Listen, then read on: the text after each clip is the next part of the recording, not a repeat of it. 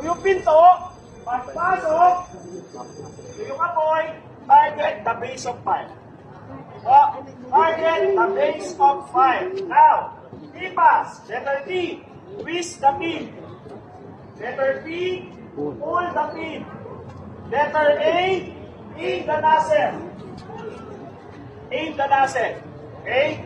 Letter S, squeeze the lever. Ito po yung lever.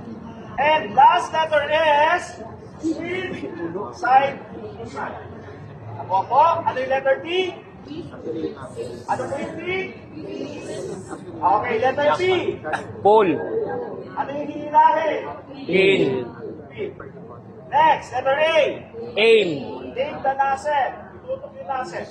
Okay? Dalawang klase ang paghawak. Pero dapat doon tayo sa isa. Ano po yun? Hawak may asawa o hawak dalaga? Saan po ba dapat doon?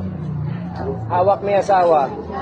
Hawak asawa, hawak dalaga. Saan po ba doon? Hawak may asawa. Bakit hawak may asawa? Para hindi siya ano, sir.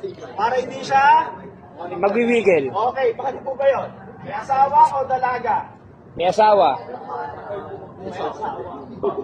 So bakit? Kasi po may pressure na po siya. So pwedeng mag-change direction yung nozzle, pwedeng sa inyo mapunta yung Chemical. outlet. So kailangan kapit na kapit, map and set.